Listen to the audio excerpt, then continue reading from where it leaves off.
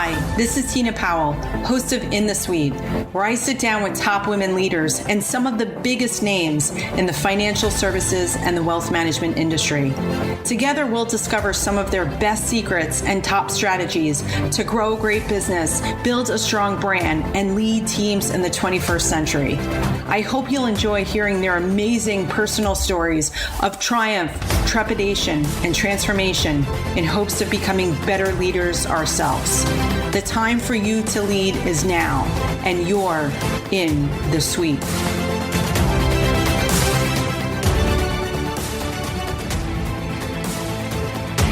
Faisa Stafford is Chief Executive Officer of Life Happens, a nonprofit organization dedicated to helping consumers take personal financial responsibility with life insurance. She also happens to be the company's first female CEO. It is exactly the role Faisa was meant for. After all, she spent 17 years of her career at Life Happens and has worked other C-suite leadership positions within Life Happens as CFO, Chief Financial Officer, COO, Chief Operating Officer, and President. Faisa began her career in accounting with several Washington, D.C. based private technology and real estate businesses and made the transition to Life Happens, then the Life Foundation, in 2003. She held various roles within Life Happens while always being passionate about increasing efficiencies and implementing technology to streamline processes to better serve the industry and Life Happens members. Faisa is a Life Underwriting Training Council Fellow, LUTFC, and SHRM Certified Professional. SHRM, SHRM, stands for the Society for Human Resource. It is a certification awarded by the HR Certification Institute for those professionals who possess theoretical knowledge and practical experience in human resource management to pass a rigorous examination demonstrating a mastery of body of knowledge in the field. To become certified, an applicant must pass a comprehensive examination and demonstrate a strong background of professional human resource experience. An interesting fact about Faisa is that she took on the role of being a first-time CEO of Life Happens in January 2020, only 8 weeks before one of the most defining events of our time, namely COVID-19. Luckily for Faisa, she was able to flip the switch overnight and adjust to a new normal because, number one, she's in the business of giving people a sense of certainty and control, and number two, she's a leader who's up for the challenge and ready and willing to do whatever it takes. In fact, one of Faisa's many gifts you'll discover is her deep concern for others and genuineness to understand what's going on in their lives. Whether it's a team member, a recipient of Life Happens scholarship, or the people left behind from a catastrophic event, Faisa reminds us about the importance of how life insurance is not just about the product, but rather about the people it's designed to help. She's a leader and a mom and a first-time CEO who gives 100% to whatever she's doing and who's making a meaningful impact in the suite. So Faisa Stafford, wow, it's great to see you here. It's great to welcome you in the suite. I'm so excited to hear about your origin story. Wow, you are the CEO of Life Happens, a nonprofit that's doing great work helping consumers take personal financial responsibility with life insurance. You also, too, happen to be their first female CEO. Yes. A position that you were just awarded in January 2020. So I'm thinking, well, number one, congratulations. And number two, what a year to be the new CEO. Yeah, that's exactly what I've been thinking about for the last few months. But thank you, Tina. I really appreciate being here and being able to share my story and also maybe encouraging other women to look at the FinServ as a possible career choice. Yeah, I'm the first female CEO for Life Happens. Life Happens has been around for 25 years, has had 2 very prominent financial service agents, leaders that were male. And then I followed that up, and being female, being ethnically diverse, different background, not from the FinServ background, not an agent. I think I bring a lot of newness to the position. And then, of course, the pandemic really hit hard. Wow. I mean, really incredible. Yeah, it's a trial by fire. And I think for any new CEO being in this position, first of all, you're thinking, okay, I'm going to make something of this. I'm going to make this my own. And really, I have like this vision that I want to put in place. And then everything just goes out the window, right? All those plans are like, nope, not this year. You're not doing that. We said the whole thing with even the marketing playbook. It was like, whatever you had last year, just do me a favor, rip it up and rethink it, because what worked last year, I guarantee you will not work this year. So it was really wise. Was most of your team virtual or physical based? We are lucky in that most were virtual. So we were ready to go work from home very quickly. Everyone had their laptops. We went Mac. We went Mac 5-6 years ago. We went with virtual HR, communications, everything is just online, and we were already ready. So for us to go and flip the switch was just like overnight. We just tell the people in the office, hey, take your laptop with you tonight because you're not coming back. And they did it. But also, like you said, like all plans went out the window. We had so many plans. We have so many campaigns that take months and months, nearly maybe a year to plan. And then you go into 2020 in March and you go, nope. All of that is just not going to resonate. It's not going to make sense. And we need to rethink this all. It is just a weird year to be a first-time CEO, but also it's kind of a nice challenge. Yeah, I'm so glad that you mentioned it, Faisa, because when things are going great, nobody's really paying attention in the same way that, oh, wow, there's a fundamental pandemic problem right now that we need to solve for. When times are going great, leadership is a little bit more on autopilot, not in a bad way. There's different things to focus on, but certainly when there's some sort of a crisis that then all of a sudden, I think that really calls upon and draws upon your leadership. And you've been, although that you were the newly elected CEO, let's face it, you've been at Life Happens now for a while. I want to say 17 years. Yep. 17 years. Your organization, Life Happens, is focused on your nonprofit. You're focused on educating people around what life is, disability, long-term insurance, and how financial tools, including annuities, can build that foundation in place so that when a coronavirus hits, when your business gets hit, that you can thrive financially. You've got this pandemic, but then you're also too in a profession and in a nonprofit that seems to really speak to this time in particular. Life insurance speaks to stability, right? To constancy, to assuredness, to certainty. And the fact is that none of that comes along with a pandemic. You feel out of control. And for us, we love the sense that we can give back to people that sense of certainty by saying, hey, life insurance is certainty. Take the time to buy life insurance. Never been easier, never been more simple, more affordable, more accessible to you.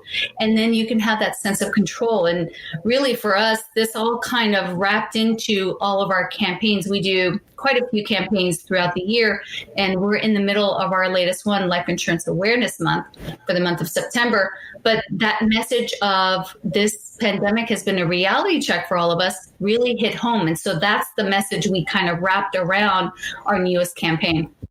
You're doing a great job on social media. We absolutely have to talk about that.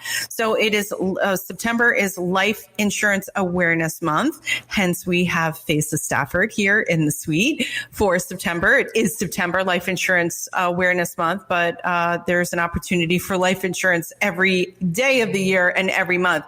You have a very prominent and beautiful spokesperson who was part of my generation, and that is Brooke Shields. And I love her video there's such a vulnerability, authenticity. Like she even says on your website that here it is, the pandemic, she's shooting it from her iPhone. I'm sure that you also had the agreement with Brooke a while back, like you had said in the beginning, Faisa, that you plan, this is only one of 3 annual campaigns that you do.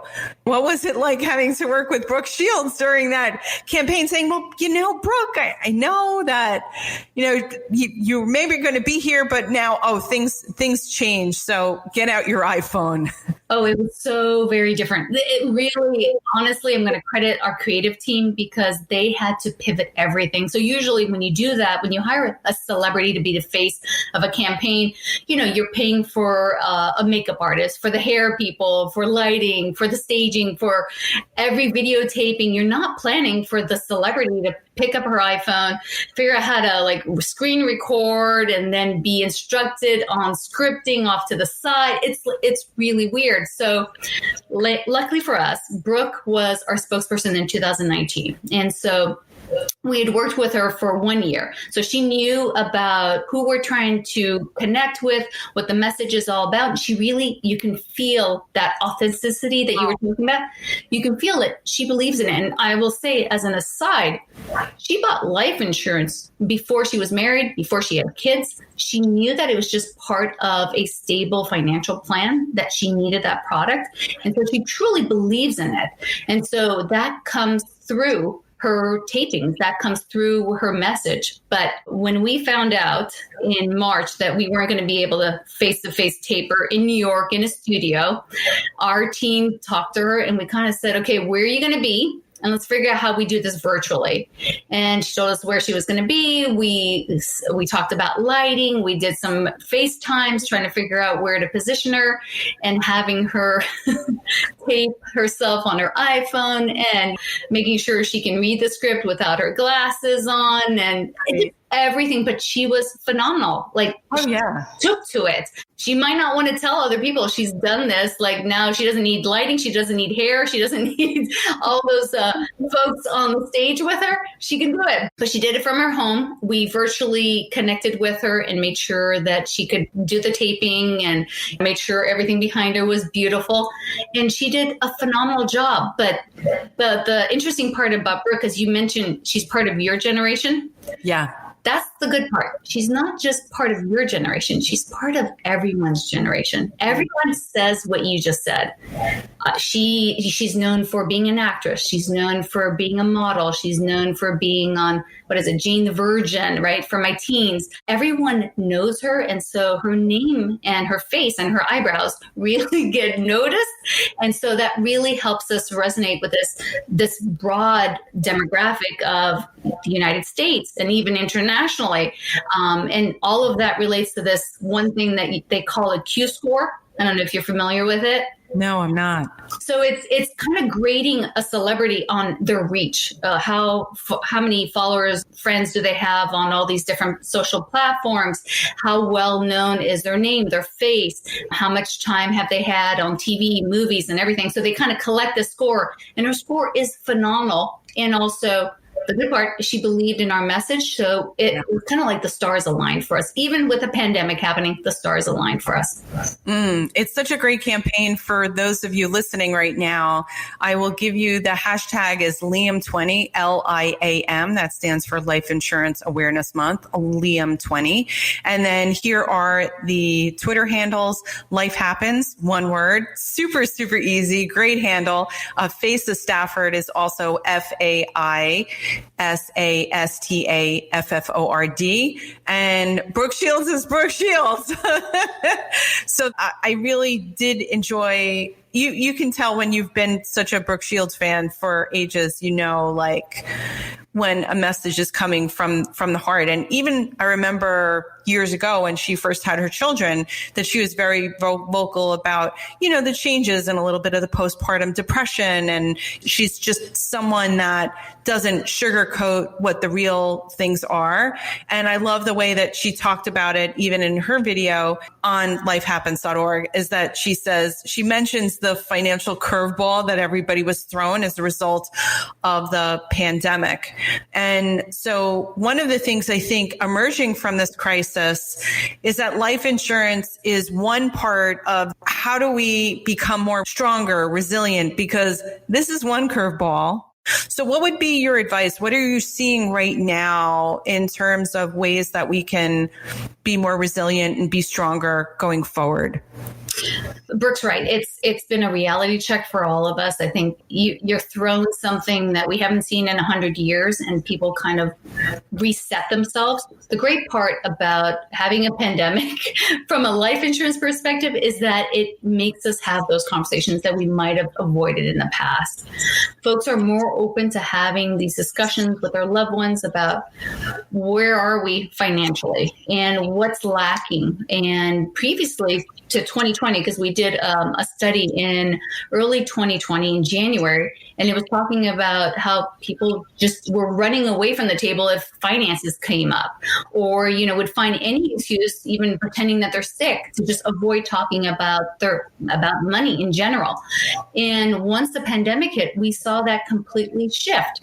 We found that with our latest survey, the Tough Talks during COVID-19 survey, 67% of people said that the pandemic was a wake-up call to them to look at their long-term financials.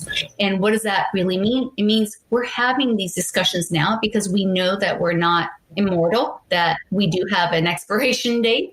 And if we brought someone into this world, we owe it to them to make sure that their future is secured no matter what happens to us. And I know from a parent's perspective, you don't know if you're the one that's going to get ill or you're the one that's going to pass or whatever. You could be walking down the street and a bus hits you, right? Could be very different than just a pandemic hitting. But there's always that chance, in that small percent of chance, you can pay just a few dollars to simply remove that risk, that your children's or anyone that depends on you, their future will be a struggle. You can remove that completely just by buying life insurance. So number one, talk to your loved ones about life insurance, talk about your finances, and start taking action. Don't just sit there talking about it, literally take action.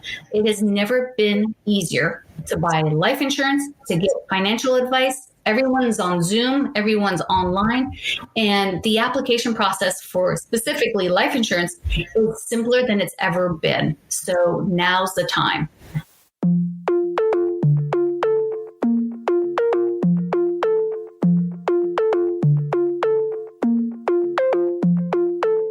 Do you have a position, does Life Happens have a position in whether or not that someone contemplating life insurance or even adding on to their life insurance policies chooses term over whole, or do you recommend both schools of thought?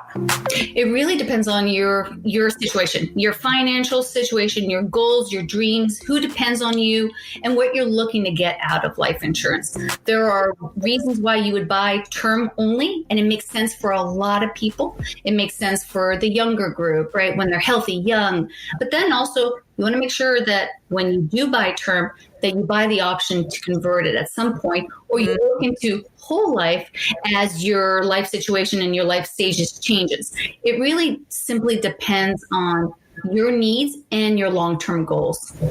Right. And the way that I understand life insurance from that perspective is what you're talking about is a term policy where there's no cash value, that you're paying a small premium per month to basically get a benefit, but that you could at a future time convert it to a whole life policy where there might be an accumulated amount generated that maybe you can pass on to your loved ones, that the product then has additional value on top of the benefit that it would pay, correct? Exactly. And when you're looking at which one's better, it really depends on your situation at that point. So at some point, whole life policy could be much better for you. And then you could be looking at a term policy because you have a specific need that came up.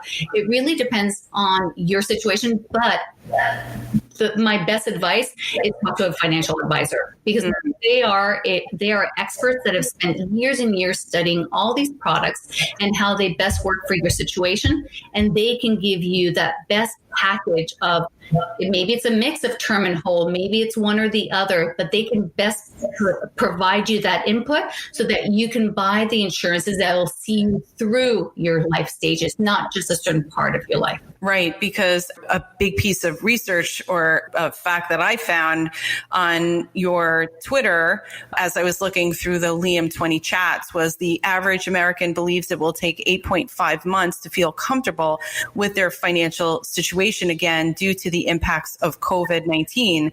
And I would agree with that even from my own camp. I've had just different discussions with my kids, with my mom, with my significant other. We've made some, really big decisions as it relates to COVID.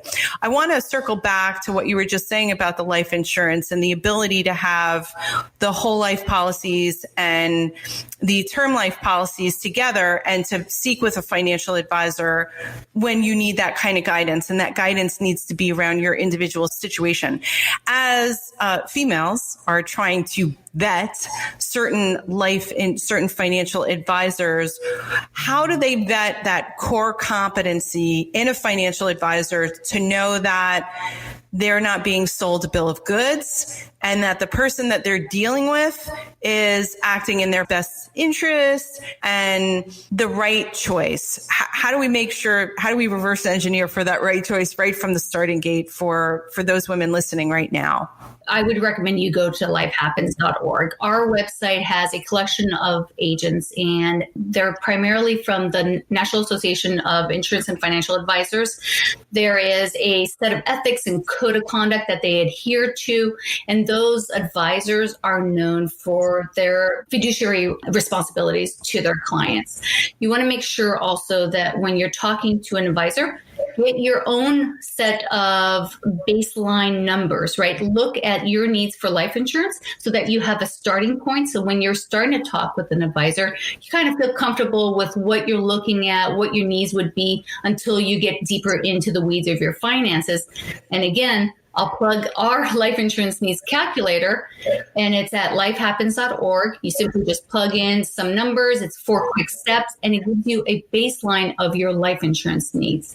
And if you want to go even simpler, what you can start off with is take 10 times your annual salary. So if you want just like the generic go-to rule of thumb, take 10 times your salary, and that's your baseline for life insurance needs. That's really good. What you said before about people being able to talk about life insurance, about money.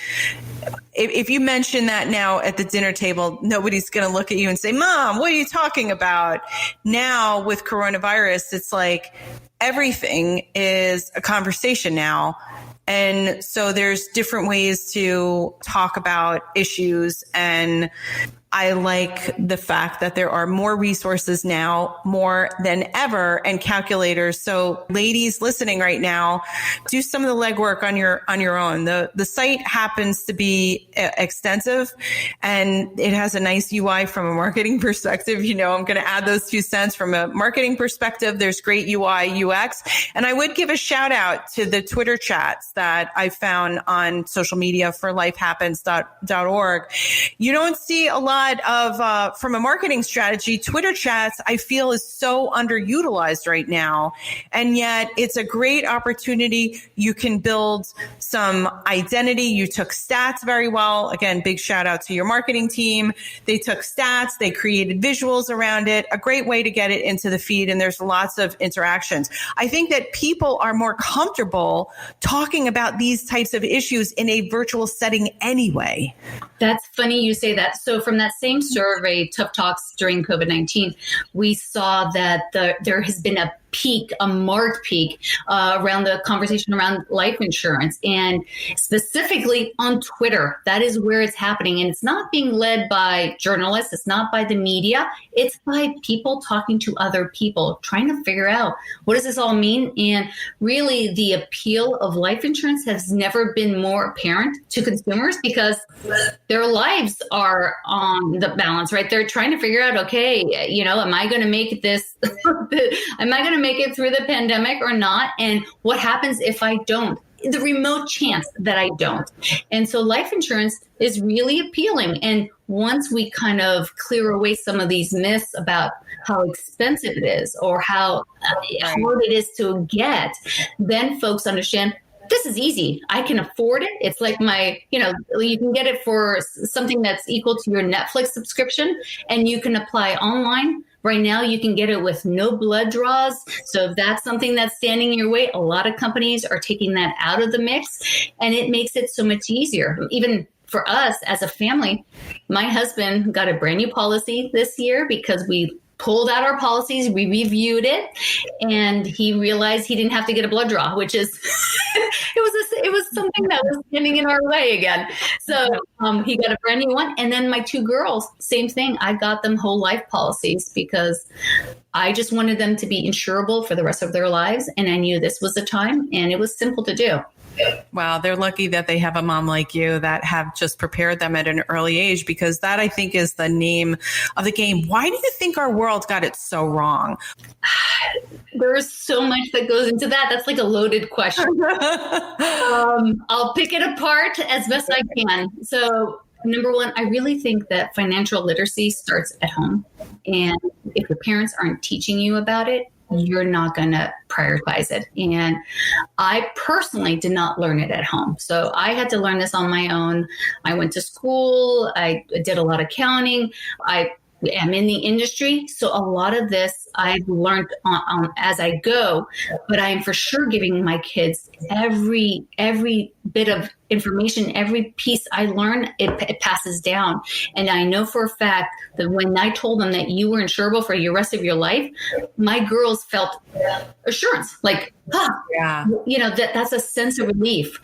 And then the other part, I think, is there's the sense of personal responsibility that can be lacking in some, and that thinking maybe the government will take care of you or somebody will pick it up for you.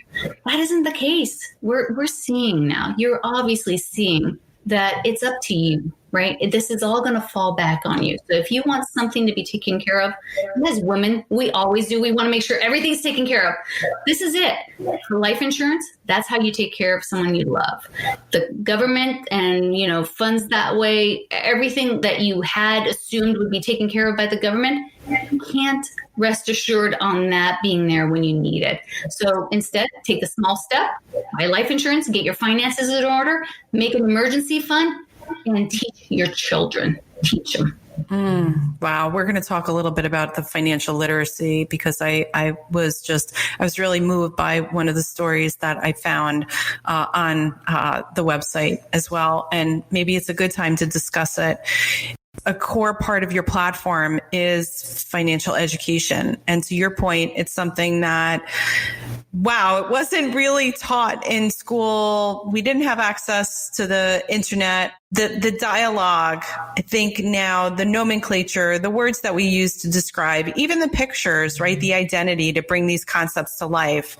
And one of the quotes that I found was, education leads to lasting change. The reason why it resonated with me so much, Faisa, was because my mother was a single parent and she moved us to the best school system possible. And that gave us the opportunity. And my brother and I were lucky to go on to study at private universities and even more, and do more even on that. And she always was like, education, education, education. And then I find all of these financial resources. And then I also also see the amazing stories of Maya Mercer, and that you have a scholarship called Life Lessons Scholarship. And again, these things were in place way before COVID, way before Black Lives Matter. And so I wondered if we could just spend a little bit of time just talking about financial literacy and your stance on it all. Yeah. So with Life Lessons Scholarship Program, I'll just kind of lay out what the basics of that program is. We at Life Happens have been doing this for 14 years. And at this point, we've given out over $2.2 million of scholarships to over 600 students. And those students have all been kids. And I call them kids because in my mind they are. Everyone reminds me they're young adults, but they're kids who've lost parents who did not have life insurance. So a parent that probably passed away in their 30s and 40s. So, reminding us that we're not all going to pass away when we're in our 80s and 90s, right? This is really happening right now with 30 and 40-year-old parents who are passing away. And what we do is we give scholarships to these students so that they can continue their dream of pursuing an education. And we've been doing this for 14 years. And what we do is we take dollars from the industry, from carriers, from associations in the industry, in the FinServ industry, and every dollar that's donated goes right back out to a kid. So it is truly 100% a donation to student program. And these students have great stories. It's phenomenal to work with them. They're showing their resiliency, as you mentioned. Yeah. It's incredible. They're working multiple jobs. They're possibly taking care of younger siblings.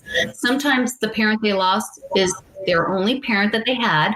Right. They're trying to figure it out. They're young. Can you imagine at 15, 16 losing a parent and then being in charge of your siblings and trying to figure out what's going to happen to me? What about my dreams? Thankfully, with this program, they're able to go to college, and then they also share their stories. They turn their story into videos, or we put them as flyers or graphics, and we use them for financial literacy so we can show folks this is happening around you, in your neighborhood, in your community. People are passing away, leaving children to struggle, to just survive. And the idea of GoFundMe's to pay for a funeral, great. That's going to pay for the funeral. What about afterwards? What happens after? What happens to everyone left behind?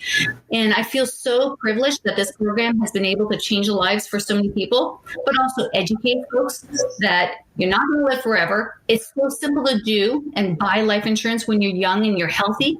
Do it. And this year we've given out, I think we're giving out 45 scholarships. It's our biggest year for giving out scholarships. So over $300 and I think $35,000 has been distributed so far this year. And Maya Mercer, who you mentioned, is one of those recipients.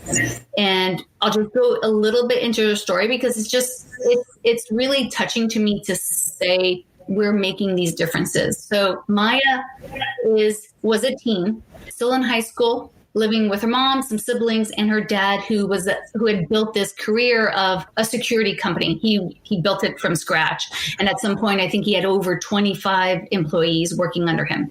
Her father had diabetes, had been battling it for 30 years, and finally he passed away when she was a teen from kidney failure. And literally, it decimated the family. He was the sole breadwinner. And the mom had to figure out what to do now. Kids had to figure out, okay, well, there's no money here. And what do we do next? I think it was June or July, I was looking at what was happening with the Black Lives Matter movement. And I felt that financial literacy, especially for our Life Lessons program, was such a perfect fit because I know that market, that demographic, that community is underserved in financial literacy. And if we want to kind of equalize the finances, the equality, financials are a very big part of that equalizer.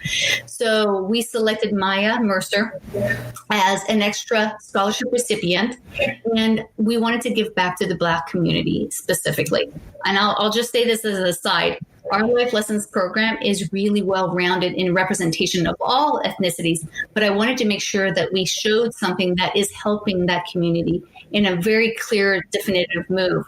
And so Maya was told that she was a recipient of a scholarship, and just couldn't believe it. At first, she thought I was a spam caller, honestly. Oh, wow. She's really so cute and so adorable in her story. I mean, she really just lets you into her life, recording the video on her phone. And I just felt like I was in the room with her. What a deserving young woman who's just battling a lot with the loss of her dad. And she just seems like a real kind, compassionate, really hard worker too. To your point, these people are working, and they unfortunately don't have the luxury to be home because of economics and really deal with their grief in a way that some other people do. And that her having to show up and with her brothers and sisters and her mother still around, as much as we can talk about life insurance, not everybody has life insurance.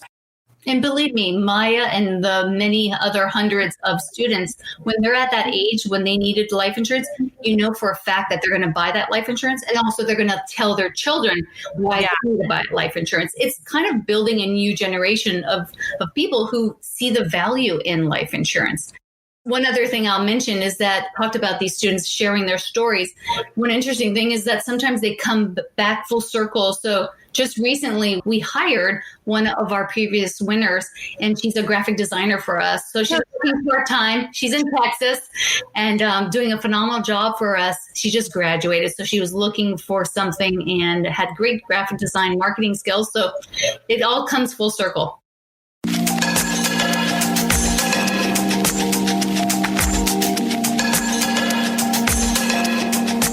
So I want to dig a little deeper into your origin story. And you're not only someone that's really passionate about life insurance, but you certainly didn't start out your career in this fashion.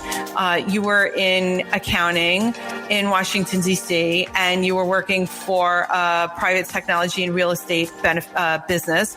You also, too, incidentally, have a lot of initials around your name, and a lot of women leaders that we have here in the suite have amassed a really incredible credentials. So I want to take a moment to acknowledge and to explain to our audience what they are. So here are the initials after your name. There's a lot. LUTCF. So that's one set of credentials. And on the other side, there's SHRM-SCP. So can you tell us what those credentials mean and how it relates to what you do? Great. Yeah. So LUTCF stands for the Life Underwriter Training Council Fellow, which is a mouthful. That is. But what that really stands for is, as I said earlier, I don't come from an agent's perspective. I don't come from the industry. I'm not an agent. I don't sell life insurance. I'm not selling it now. But I wanted to really understand what agents deal with and how they relate to their clients and their prospects. What are their struggles and what are the questions that are coming up? And how do you best put together a financial plan that works for your client? So I literally went through the same training that a new agent would go through to get the basics. And that's what the LUTCF stands for. So I was very proud of getting that, even though I don't sell. I do understand that. And I work with agents every day. So I wanted to really understand their lives, behind just the meetings that we have. The other alphabet soup, SHRM-SCP, stands for the Society for Human Resource Management, but it's the Senior Certified Professional Certificate. So and this designation talks about the fact that even though I do accounting, and sometimes folks slip in HR right in accounting. I don't know how that ever kind of, they don't feel like they should. So I handle all the HR, and I needed to get certified for it. I wanted to make sure I was on top of all regulations and everything that I was doing at Life Happens. And that was part of the process of getting certified. So you begin your career at accounting at a private technology and real estate business. How is it that you get to Life Happens? Where do you make the leap and the transition? So it was kind of roundabout. So originally I went to school for international relations, and I love travel. I thought I was going to be, maybe a diplomat or something. Right out of college, I went to Japan. I was an English teacher, and I realized you know what? I need to go back to the States and get a job for the future, because I just wasn't.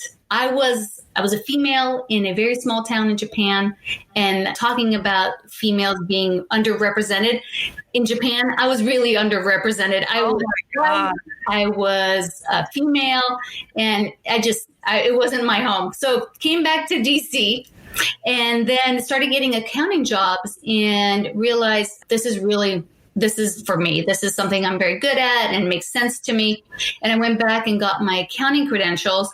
And then ultimately in 2003, I interviewed for this small nonprofit.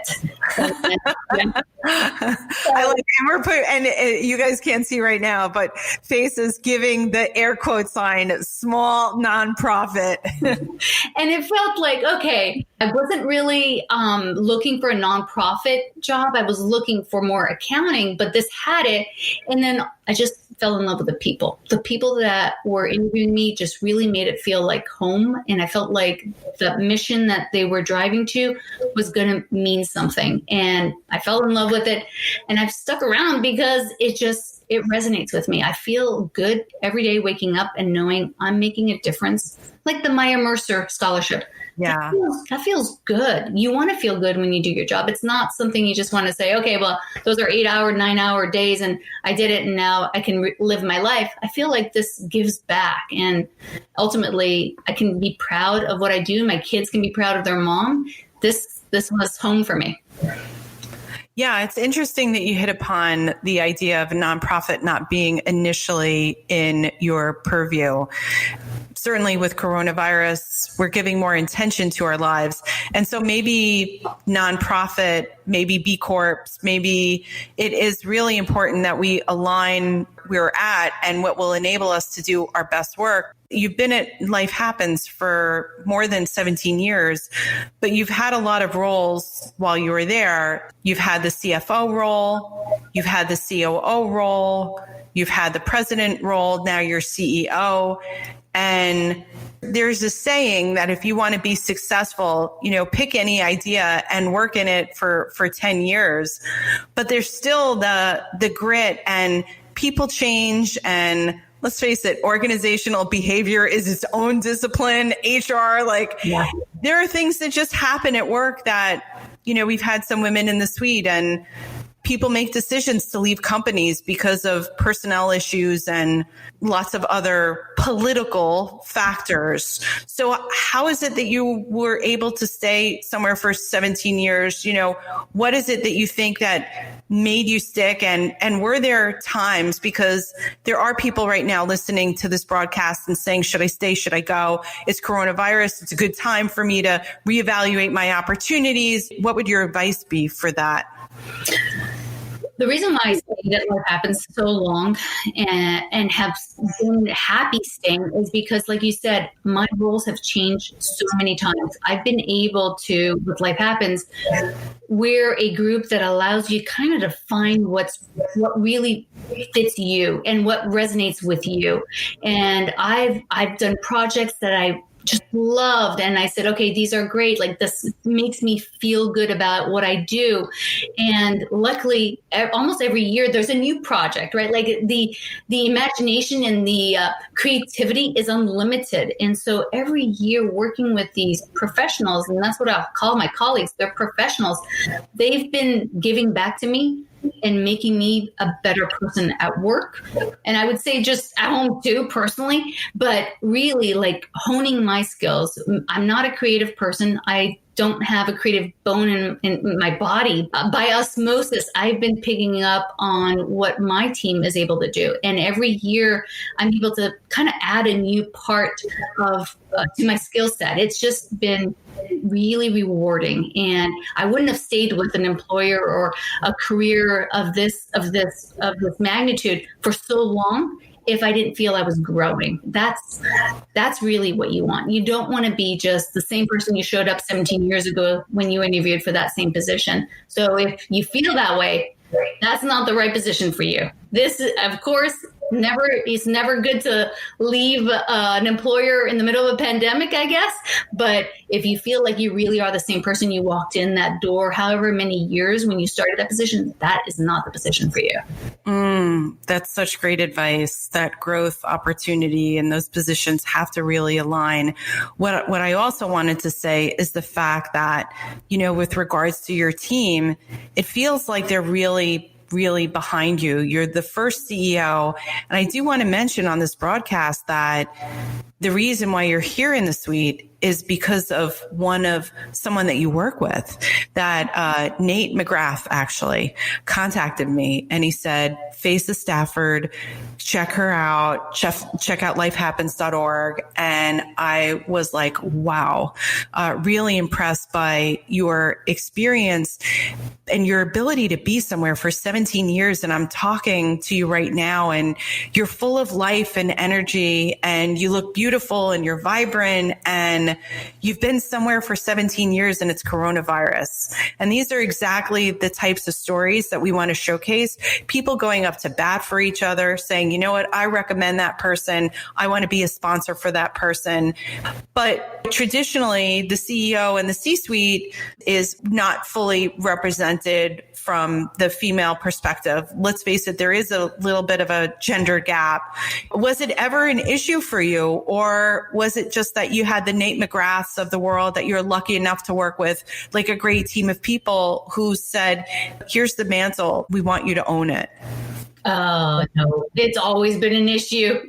For any woman in the FinServ industry, you're like a unicorn, right? You can pick us out of a conference room because we just have some color to us, right? We're not pale, we're not older, and we're not white.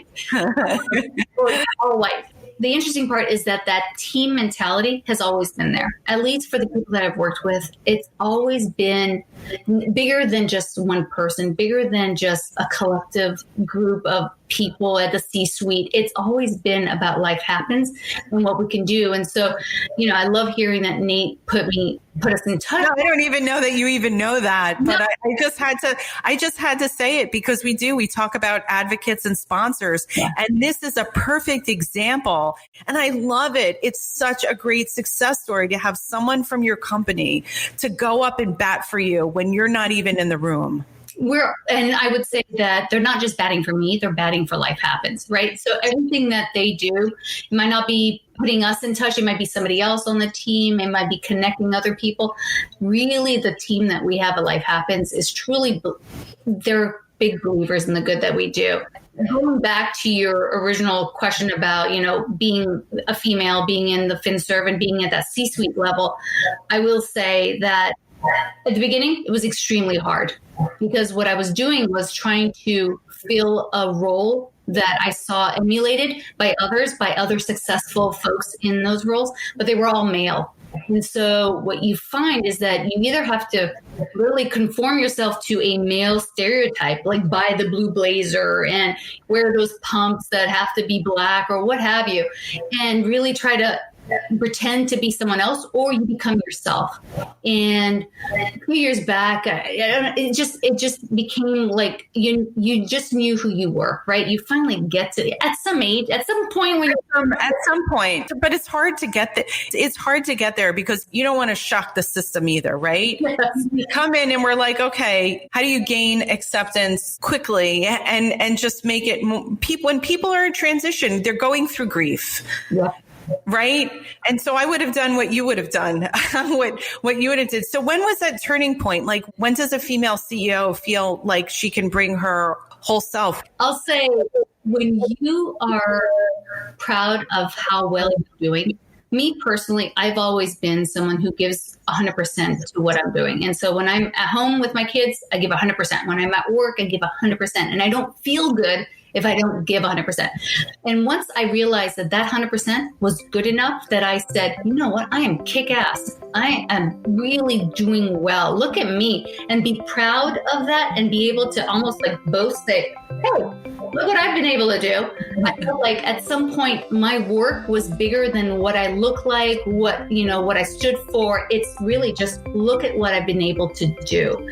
And I think once you've collected this kind of portfolio behind you that says, hey, this person is someone you need to talk to because they can get stuff done, then that kind of precedes you. It doesn't matter what you look like. If you don't look, let's say, your typical financial services executive, that you can just point to, look what we're able to create and do and make changes on, that it just kind of flows. It becomes natural, and it becomes so much more comfortable for you to be who you are inside.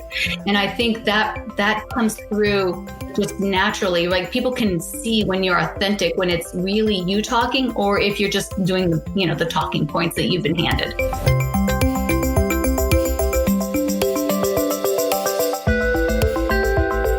This whole idea of the mission and the vision and people buying into the organization, buying into Life Happens, and your purpose and what you stand for. When you have the right people on the bus who believe in the mission and the vision of what you're doing, then that's what they're connected to.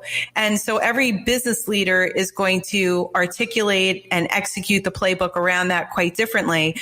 But it won't matter so much if you have the right people who are like, wow, we know that Faisa is going to bring something different to the equation, which is just great for the brand. It's an evolution of leadership, which I think when people are really, really in it for the right reasons, then they'll accept that. Exactly. And I think also when you're talking about those right people on the bus, you have to have different folks with different skill sets, right? Like, you have to have that connector, that person that's going to go and like market you, right? But you also have got the person that's going to kick in your butt, right? To tell you, hey, get off your butt and start doing that, because you need to do that. Or you need the person that's going to push back and ask you questions and kind of push you to the limits of why you did something, or question you. And all of those folks can be at home, at work, wherever. But you kind of have to build this group of, I won't say advocates, but people in your corner. You have to kind of build your people and have that network. And each one of them provides more growth opportunities for yourself, right? It's not challenges, it's more growth opportunities. I wanted to ask your advice because you have understanding from the HR perspective, from the leadership perspective, from the accounting perspective. And right now we are trying to keep these virtual teams, keep everybody engaged. Being that you've had a mostly virtual organization, is there something that you could, some sort of tip that you could pass along that would help to empower our organizations as we look to build more mission-centric businesses? What we've noticed, and what we're even applying to our own meetings, is trying to mix the senses. So virtual is very visual, right? We can see you, we can hear you, but there's nothing else that kind of connects us together.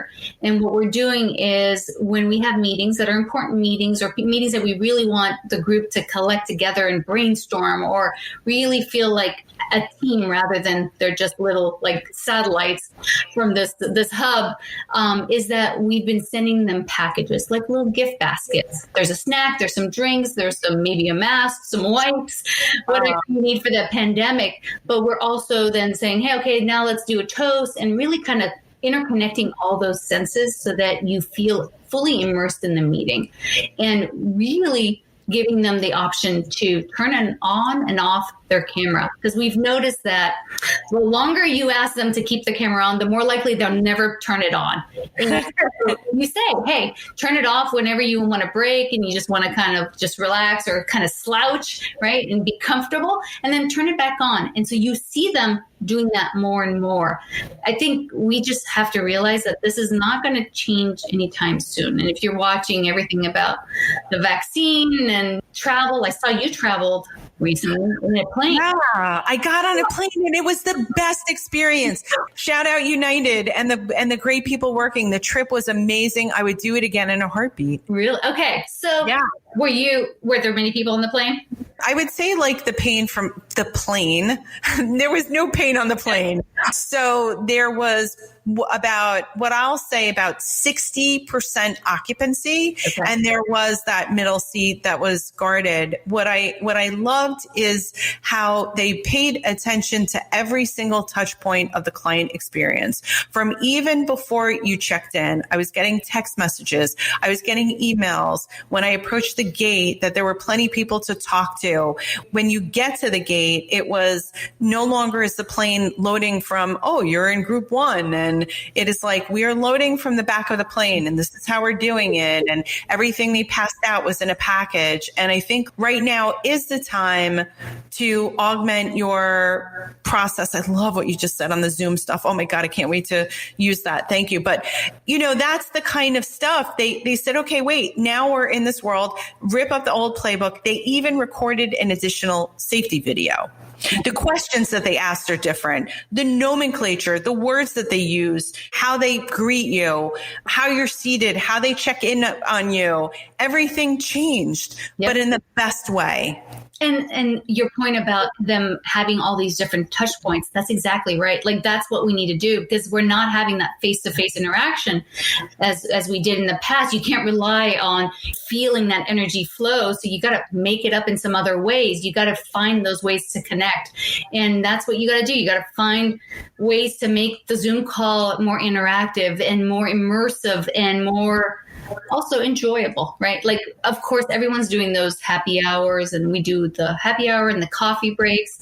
But after a while, that's just kind of, okay, now they're used to it, right? Like, what do you think? Right. Well, this conversation has certainly been enjoyable with you today, Faisa.